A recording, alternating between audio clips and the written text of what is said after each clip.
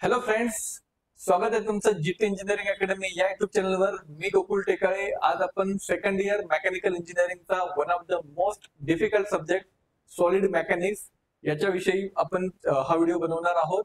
तर solid mechanics मध्ये कोणकोणते युनिट्स आहेत, त्याचा कशा प्रकारे स्टडी केला पाहिजे आणि कोणकोणते फॉर्म्युलेज आपल्याला यूज करायचे त्याचा आपल्याला कम्प्लीट रोड मॅप देणार आहे मी.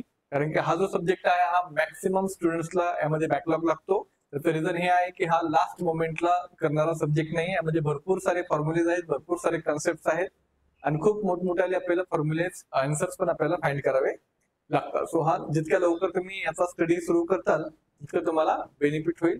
आणि सेकंड इयर मेकॅनिकल इंजिनिअरिंगच्या स्टुडंटसाठी एक व्हॉट्सअप ग्रुप बनवलेला आहे ज्यामध्ये स्टडी मटेरियल इझिली अवेलेबल व्हावं यासाठी. तर तुम्ही तो ग्रुप जॉईन करा. तुम्हाला बाकी पण आणखी व्हिडिओचे अपडेट्स वगैरे येत जातील. अँड डायरेक्ट सेकंड इयर स्टुडंटसाठी ज्यांच्या आता ऍडमिशन होतील किंवा झाले असतील त्यांच्यासाठी एक स्पेशल लाईव्ह लेक्चरची बॅच स्टार्ट करत आहे मी, ऑफलाईन आणि ऑनलाईन. ऑफलाईन आपले क्लासेस आहेत सिंहगड वडगाव कॅम्पसला आणि ऑनलाईन ऍप्लिकेशनवर जीटी इंजिनिअरिंग अकॅडमी ऍप्लिकेशनवर तुम्हाला लाईव्ह लेक्चर अटेंड करण्याची संधी भेटेल. सो तुमची काही रिक्वायरमेंट असेल तर तुम्ही नक्की खाली दिलेल्या नंबरवर संपर्क करा. तर आता आपण व्हिडिओला स्टार्ट करूयात. तर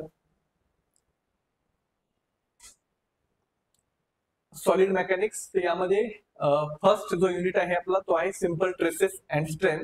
त्यामध्ये भरपूर सारे सब टॉपिक्स आहेत, त्यावर आपल्याला न्यूमरिकल येणार. सॉलिड मेकॅनिक्स मध्ये ऑलमोस्ट सर्व न्यूमरिकल असणार आहे. तुमचा एक क्वेश्चन हा 7 मार्क्सचा राहील. सो एका युनिट मध्ये तुम्हाला 2च क्वेश्चन येतील, 7-7. सो 14 मार्कला एक युनिट, असे 5 युनिटचे टोटल 70 मार्क असणार आहेत. तर पहिला युनिट जो आहे सिंपल ट्रेसेस अँड स्ट्रेंथ, तर त्यामध्ये नॉर्मल ट्रेस आणि स्ट्रेन चे फॉर्म्युल्यावर न्यूमरिकल येऊ शकतो. त्यानंतर elongation of axial loaded members किंवा बार्स पण बोलतात. तर यामध्ये पण आपल्याला delta L, change in length, deformation और एक्सटेन्शन हे फाइंड करायला विचारू शकतात. त्यानंतर uniformly cross section bars with intermediate axial, यामध्ये पण सेम बेसिक फॉर्म्युले यूज करायचे आहेत. कोणते फॉर्म्युले आहेत ते आपल्याला यूज करायचे, तर ते आहेत बघा हे फॉर्म्युलेज.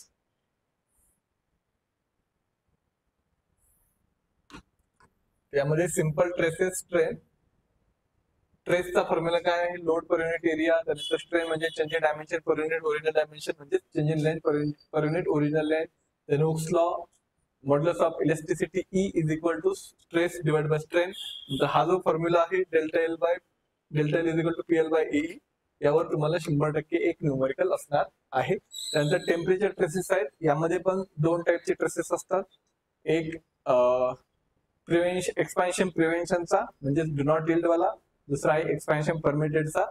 तर टेम्परेचर ट्रेसेस आहे. त्यानंतर inter relation between elastic constant म्हणजे modulus of elasticity, modulus of rigidity and त्यासोबत बल्क मॉड्युलस, ह्या तिघांवर आपल्याला फाइंड करण्यासाठी इंटर रिलेशन साठी केईजी यावर आपल्याला न्यूमरिकल एक शुअरली असतोच. त्यामध्ये आपल्याला हे फॉर्म्युले आपल्याला या ठिकाणी यूज करायचे आहेत. त्यासोबत म्यू म्हणजे पॉइझन्स रेशो असतो, lateral strain to longitudinal strain. So इथून म्यू फाइंड करून नंतर ई के आणि जी आपल्याला फाइंड करायचे असतात. याला 3 मॉड्युली सुद्धा बोलतात. त्यावर एक न्यूमरिकल असतो. आणि रेनफोर्स कॉन्क्रीट, तर हा जो आहे यामध्ये पण आपल्याला बेसिक डेल्टा एलचाच फॉर्म्युला यूज करायचा आहे, ट्रेसचाच फॉर्म्युला यूज करायचा आहे. त्यामध्ये आणखीन पण 1-2 टॉपिक आहेत, बट तुम्ही एवढे सिंपल हा जो पहिले 3 टॉपिक आहेत हे सेमच न्यूमरिकल आहेत, सेम फॉर्म्युल्यावर. म्हणजे जर आपण बघितलं तर हे जे फॉर्म्युले आहेत ट्रेस, स्ट्रेन आणि डेल्टा यावरच पहिले 3 टॉपिक वर आपल्याला न्यूमरिकल. टेम्परेचर ट्रेसेस हा वेगळा टॉपिक येतो, त्यानंतर केईजी हा वेगळा टॉपिक येतो आणि त्यासोबत रेनफोर्स कॉन्क्रीट. तर तुम्ही जर 6 पॉईंट केले तुम्हाला यामध्ये आउट ऑफ मार्क्स भेटतील. यामध्ये फक्त युनिट कन्वर्जन प्रॉपरली करा, kilo newton to newton, metre to MM, MM to metre या प्रकारे. त्यानंतर जर जीपीए मध्ये दिला असेल तर त्याला न्यूटन मध्ये कसं कन्वर्ट करायचं, न्यूटन पर एमएम स्क्वेअर मध्ये, याबद्दल तुम्हाला बेसिक इन्फॉर्मेशन पाहिजे.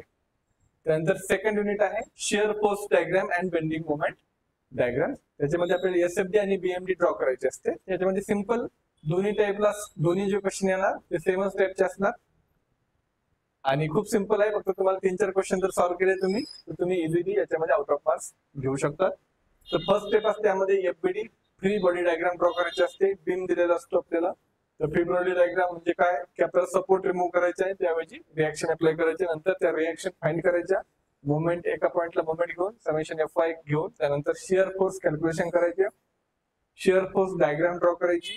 त्यानंतर एक असा पॉइंट असतो ज्याला पॉइंट ऑफ कॉन्ट्रास्ट शिअर बोलतात. पॉइंट ऑफ कॉन्ट्रास्ट शिअर म्हणजे काय, की तुम्हाला सपोज तुमची ही आहे shear force diagram, A B C D हा तुमचा बीम आहे आणि तुमची अशी डायग्राम आहे सपोज.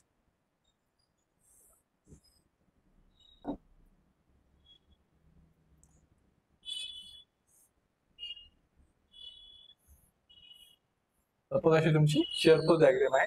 तर हा जो पॉइंट आहे ज्या ठिकाणी शिअर फोर्स 0 असतो किंवा ज्या ठिकाणी shear force positive to negative change होतो with respect to base line, हा जो एबीसीडी ची लाईन आहे त्याला म्हणतात बेस लाईन. ज्या पॉइंटला तुमचा शिअर फोर्स 0 होतो त्याला म्हणतात पॉइंट ऑफ कॉन्ट्रास्ट शिअर, किंवा पॉझिटिव्ह टू निगेटिव्ह किंवा निगेटिव्ह टू पॉझिटिव्ह चेंज होतो, पॉझिटिव्ह टू निगेटिव्ह चेंज होते किंवा निगेटिव्ह टू पॉझिटिव्ह चेंज होतो, त्याला म्हणतात पॉइंट ऑफ कॉन्ट्रास्ट शिअर. त्यानंतर बेंडिंग मोमेंट कॅल्क्युलेशन करायचे असतात, बेंडिंग मोमेंट डायग्राम ड्रॉ करायचे असते, त्यासोबत पॉइंट ऑफ कॉन्ट्रास्ट फ्रॅक्चर म्हणजेच काय, जसं शिअर फोर्स साठी ज्या ठिकाणी शिअर फोर्स 0 आहे त्याला म्हणतात point of contrast shear. Similarly bending moment diagram मध्ये ज्या पॉइंटला बेंडिंग मोमेंट 0 असतो त्याला म्हणतात point of contrast fracture. So overall पण तुम्हाला एक क्वेश्चन विचारले जाऊ शकतात. त्यानंतर युनिट नंबर 3 जो आहे बेंडिंग अँड शिअर स्ट्रेसेस. तर बेंडिंग ट्रेस आणि शिअर स्ट्रेस यामध्ये बेसिकली दोनच फॉर्म्युले आहेत. बेंडिंग ट्रेस साठी sigma is equal to my/i. त्यामध्ये y कसा फाइंड करणार तुम्ही, सेंटर ऑफ ग्रॅव्हिटीचा formula a1y1 plus a2y2 upon a1 plus a2, जेवढे काही तुमचे पार्ट्स असतील फिगर मधील I section, C section, T section त्याचे. नंतर I moment of inertia bd3/12 plus a1 h1 square किंवा ah स्क्वेअर, जेवढे तुमचे पार्ट्स आहेत त्यानुसार. नंतर दुसरा आहे शिअर स्ट्रेस ऑन बीम. तर S divide by I B. S means S कशाला बोलतोय मी, शिअर फोर्सला यस बोलतोय. ए म्हणजे एरिया, वाय म्हणजे CG, I moment of inertia आणि बी म्हणजे तो काही त्याचा त्या पार्टचा बेस लाईन किंवा थिकनेस जे आहे त्याला म्हणतात बी. सो शिअर स्ट्रेस आणि सिग्मा याची जे एक्झाम्पल आहेत, आय फाइंड करण्यासाठी खूप मोठे कॅल्क्युलेशन राहतात, बट हे दोन जर फॉर्म्युले प्रॉपरली केले तर यामध्ये एम जो आहे म्हणजे मोमेंट असतो, त्यासाठी वेगवेगळे टाइप्स ऑफ लोड्स असतात. युडीएल दिला असेल तर, सिम्पली सपोर्टेड दिला असेल तर, युएल दिला असेल तर, पॉइंट लोड दिला असेल तर, कॅन्टिलेव्हर असेल तर, असे वेगवेगळे एक चार्ट असतो. तो चार्ट जर केला आपण तर तुम्हाला इझिली या ठिकाणी मार्क्स भेटू शकतात. त्यानंतर युनिट नंबर 4 सगळ्यात इझी, टोर्शन अँड बकलिंग, पूर्ण फॉर्म्युला बेस आहे. त्यामध्ये main formula T/J is equal to G⁻L is equal to τ/r. तर यामध्ये असतो आपला T म्हणजे टॉर्क, J म्हणजे polar moment of inertia, G modulus of rigidity, theta angle of twist, L length, tau shear stress आणि R म्हणजे radius related diameter divide by 2. त्यामध्ये पॉवरचा फॉर्म्युला यूज करायचा असतो. Power is equal to 2π×10⁻⁶. तिथनं torque काढायचा, तिथनं टॉर्कच्या व्हॅल्यू मध्ये फॉर्म्युल्यामध्ये व्हॅल्यू पुट करून आपल्याला जे काही फाइंड करायला सांगितले ते फाइंड करायचं. तर जे कसा फाइंड करणार, π/32 इंटू d⁴ सॉलिड साठी, हॉलो साठी d4 - d4. त्यानंतर हा एक पार्ट आहे या युनिट मध्ये टॉर्शनचा. दुसरा पार्ट आहे बकलिंग लोडचा. त्यामध्ये दोन टाइपचे न्यूमेरिकल येतात जनरली, एकतर युलर्स बकलिंग लोड फाइंड करा किंवा रँकाइन्स लोड फाइंड करा. So P is equal to π² upon LE. आता LE म्हणजे असतो इफेक्टिव्ह लेंथ. तर इफेक्टिव्ह लेंथ म्हणजे की आपल्याला वेगवेगळे 4 टाइपचे इथे पण कंडिशन आहेत, both side fixed, one side fixed, one side free. So अशा वेगवेगळ्या टाइपचे 4 कंडिशन आहेत आणि प्रत्येक कंडिशनला वेगळा इफेक्टिव्ह लेंथ असतो. नंतर Rankine formula sigma CA upon 1 plus alpha LE/K bracket square. ते K म्हणजे असतो radius of gyration, that is √I upon A. तर आता तुम्हाला हा जो सॉलिड मेकॅनिक्स आहे हा पूर्ण एक कोर्स पण बनवलेला आहे मी GT इंजिनिअरिंग अकॅडमी या ऍप्लिकेशनवर. तर तुम्ही जर पाहिलं तर तुम्हाला प्रॉपरली दिसेल की कशा प्रकारे कोर्स आहे. एकदम सिस्टमॅटिक बेसिक पासनं शिकवलेलं आहे. GT इंजिनिअरिंग अकॅडमी या ऍप्लिकेशनवर तुम्ही गेले तर तुम्हाला पहिला जो कोर्स दिसेल solid mechanics, mechanics of structure, दोन्हीसाठी पण आहे. तर सॉलिड मेकॅनिक्स 2024 पॅटर्न साठी पण बनवलेले, त्यामध्ये 5च युनिट आहेत तुम्हाला. तर त्याचे डेमो लेक्चर पण आहे, तुम्ही ते पाहू शकता. तुम्हाला आवडले तर डेफिनेटली तुम्ही पुढे कोर्स परचेस करू शकता. सो हा unit 1, unit 2, unit 3, unit 4, unit 5. त्यासोबतच तुम्हाला जे आहेत लास्ट PYQ चे सोल्युशन पण प्रोव्हाइड केलेले आहेत, नोट सुद्धा प्रोव्हाइड केलेले आहेत. सो ज्याचे काही रिक्वायरमेंट असेल तुम्ही GT इंजिनिअरिंग अकॅडमी हे ऍप्लिकेशन डाउनलोड करून त्यातून कोर्स तुम्ही परचेस करू शकता किंवा तुम्हाला लाईव्ह लेक्चर थ्रू पण घ्यायचं असेल तर तुम्ही डायरेक्टली संपर्क करू शकता. त्यानंतर unit number 5 principal stresses and theories of failure. तर हा युनिट पण इझी आहे. फॉर्म्युलेस थोडेसे मोठे आहेत. यामध्ये normal trace, tangential trace, resultant trace आणि प्रिन्सिपल ट्रेसेस, तर हे आपल्याला फॉर्म्युले यूज करावे लागतात. आणि थेरीज ऑफ फेल्युअर मध्ये म्हणजे एक क्वेश्चन येणार तुम्हाला प्रिन्सिपल ट्रेसेसवर, दुसरा क्वेश्चन येणार थेरीज ऑफ फेल्युअरवर. वेगवेगळ्या टाईपचे थेरीज असतात, त्या थ्रू आपल्याला वेगवेगळे फॉर्म्युलेज यूज करायचे असतात. हा लास्ट युनिट तुमचा. अशा प्रकारे टोटल 5 युनिट्स आहेत. चांगला जर स्टडी केला त्यामध्ये स्कोअर पण होऊ शकतो. जर तुम्ही लवकर अभ्यासाला सुरुवात नाही केली तर मग तुम्हाला बॅक सुद्धा लागू शकतो, कारण की यामध्ये भरपूर सारे फॉर्म्युलेज आहेत. चांगले प्रॉपर कन्सेप्ट पाहिजेत क्लिअर तुमचे. प्रॅक्टिस भरपूर सारी लागते, कारण की फक्त कन्सेप्ट समजून आन्सर आलं पाहिजे, त्यासाठी तुम्हाला प्रॅक्टिसची गरज आहे. सो मी सजेस्ट करेन ऍटलिस्ट तुम्हाला 2 वेळा 3 वेळा तर तुम्ही जर रिव्हिजन केली तर तुम्ही डेफिनेटली चांगल्या मार्कने पास होताल.